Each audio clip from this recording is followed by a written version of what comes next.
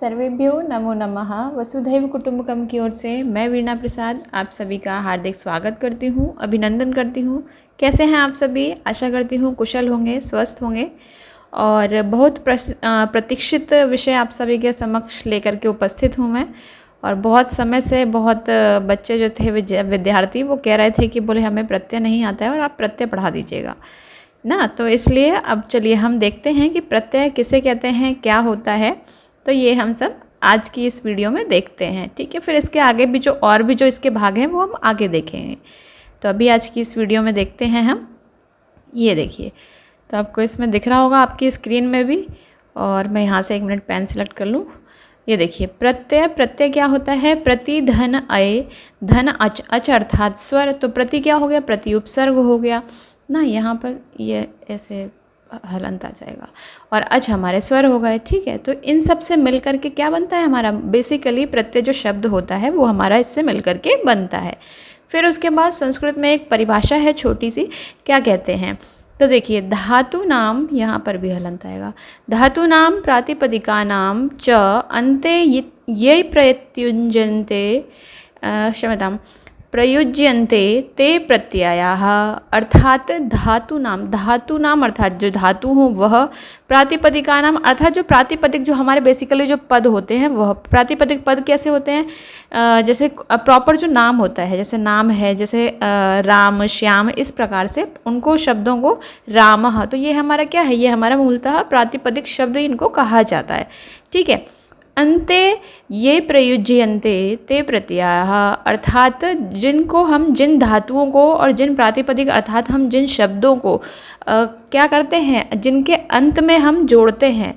किनके अंत में? धातु और प्रातिपदिक शब्दों के अंत में हम जिन शब्दों को जोड़ते हैं वह क्या कहलाते हैं? हमारे ते प्रत्ययाः, अर्थात वह हमारे प्रत्यय कहलाते हैं। तो देखिए कैसे, आपको इसकी हिंदी भी दिख रही होगी। देखिए, अर्थात किसी भी धातु या शब्द के अंत में जोड़ने वाले शब्दांशों को प्रत्यय कहा जाता है। क्या कहा जाता है? प्रत्यय कहा जाता है ना। तो ये देखिए, मुख्य रूप से अब हमें ये पता चल गया कि हमें प्रत्यय किसे कहते हैं। अब हम ये जानेंगे कि प्रत्यय जो है वो हमारे बेसिकली कितने प्रकार के होते हैं, ठीक है। तो ये देखिए, मुख्यतः रूप से प्रत्यय जो होते हैं वो हमारे 3 प्रकार के होते हैं। ये होते हैं, ठीक है। ये थोड़ा सा मात्रा यहाँ पर गड़बड़ हो गई है। होते हैं, कितने होते हैं? 3 होते हैं बेसिकली हमारे प्रत्यय जो मूल रूप से होते हैं। एक थोड़ा सा बड़े लेवल पर भी अगर आप देखेंगे तो 3 ही वहाँ पर बताया जाता है। अब छोटा सा थोड़ा सा जैसे 9th और 10th का लेवल होगा तो वहाँ पर थोड़ा सा उसको अलग अलग उसमें बता दिया जाता है। तो ये देखिए, अब होता है, पहला होता है कृत प्रत्यय, दूसरा होता है तद्धित प्रत्यय और तीसरा होता है हमारा स्त्री प्रत्यय, ठीक है। तो इस प्रकार से हमारे 3 प्रत्यय होते हैं। तो अब कृत प्रत्यय किसे कहते हैं? कृत प्रत्यय, तो ये देखिए, धातुओं से जुड़ने वाले प्रत्यय को कृत प्रत्यय कहते हैं। जैसे आपको मैंने यहाँ बताया था, धातु नाम अर्थात जो धातुओं से जुड़े, अर्थात जो धातुओं के, जैसे धातु है तो धातु के बाद जो प्रत्यय लगेगा, प्रत्यय चूँकि बाद में ही लगते हैं शब्दांशों के, यानी शब्दों के बाद में जो लगे वह प्रत्यय ना। तो इससे क्या हुआ, जो धातुओं के बाद में जो प्रत्यय लगेगा उनको हम क्या कहेंगे? उनको हम कहेंगे कृत प्रत्यय, ठीक है।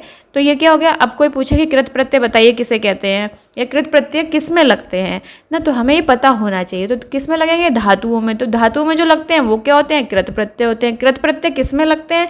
धातुओं में, सिंपल। तो अब दूसरा देखते हैं, तद्धित प्रत्यय। तद्धित प्रत्यय कैसे होते हैं?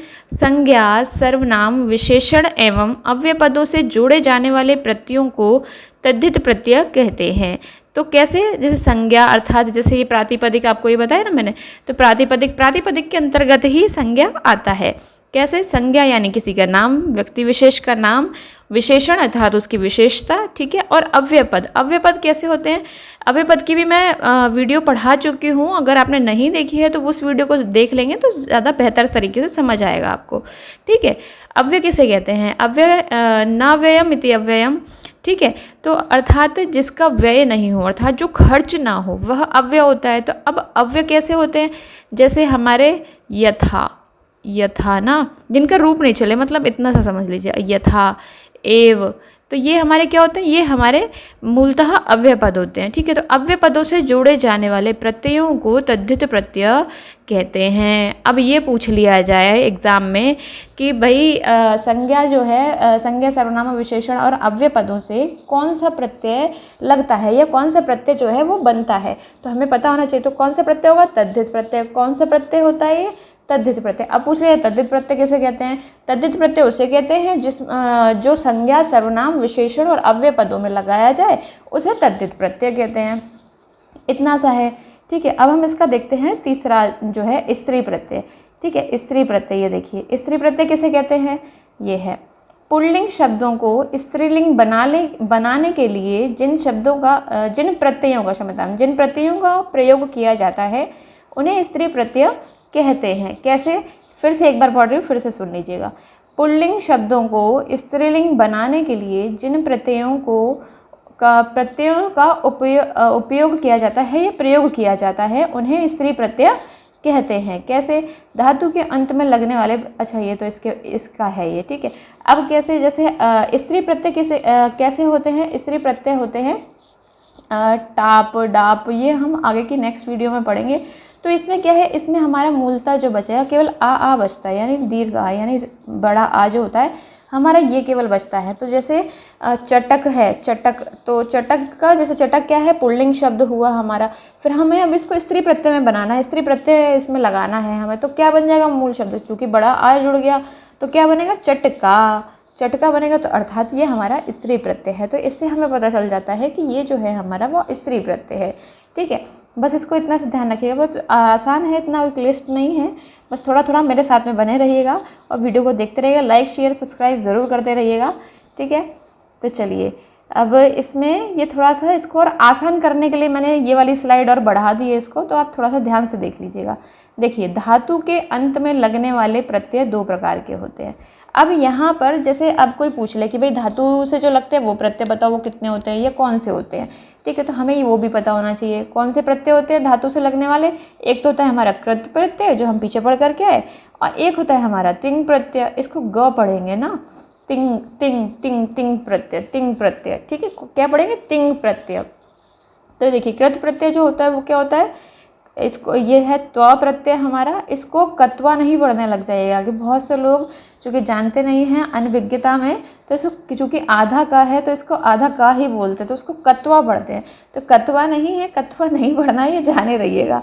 ठीक है, तो इसको देखिए त्वा प्रत्यय है ये, जैसे आवर में, जैसे इंग्लिश का आवर होता है ना, तो इसमें क्या होता है, एच हमारा साइलेंट होता है पर हम लिखते हैं, सेम उसी प्रकार से इसमें भी हम क लिखेंगे, आधा क को हम लिखेंगे, लेकिन हमें इसका उच्चारण नहीं करना, हम इसको बोलना नहीं है। ठीक है, नहीं तो गलत हो जाएगा हमारा।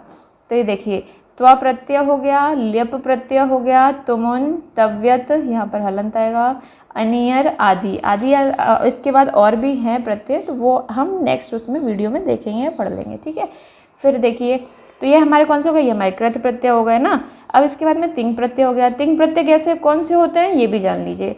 तिप तसझी सिप तस्था मिप वस्मस, ये हमारे 18 प्रकार के प्रत्यय होते हैं जो हमारे धातुओं में लगते हैं। जैसे पठती पठता पठंती जैसे शब्द रूप हमारा शब्द रूप नहीं क्षमता धातु रूप जैसे हमारा चलता है, तो लट लकार में हम प्रथम पुरुष और मध्यम पुरुष और क्या करते हैं उत्तम पुरुष ना, तो उसमें क्या चलता है, पहले प्रथम पुरुष का एक वचन, द्विवचन और बहुवचन। तो हम उसको कैसे पढ़ते हैं, पठती पठता पठंती, ऐसे ही पढ़ते हैं ना।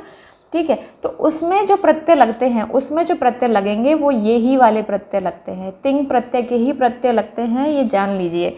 कैसे, तिप तसझी सिप तस्थ मिप वस्मस, ये खैर इसका आगे और भी है काफ़ी, 18 इसमें देखिए 18 है ना, हाँ 18। तो ये देखिए 18 इसमें प्रत्यय होते हैं और हम इनको आगे और भी पढ़ेंगे। ठीक है, तो अभी देखिए, और इसके बाद में जो है शब्दों से लगने वाले, अब बोले कि भाई इसमें ये हमें तो क्या नाम है, शब्दों धातुओं से तो पता चल गया, अब शब्दों वाले भी तो होते होंगे प्रत्यय, तो शब्दों से, जी हाँ बिल्कुल होते हैं, तो शब्दों से भी जो लगने वाले प्रत्यय हैं उनको भी हम देख लेते हैं। तो ये देखिए शब्दों से कौन से प्रत्यय लगते हैं, सुप प्रत्यय होता है, एक होता है स्त्री प्रत्यय और एक होता है तद्धित प्रत्यय।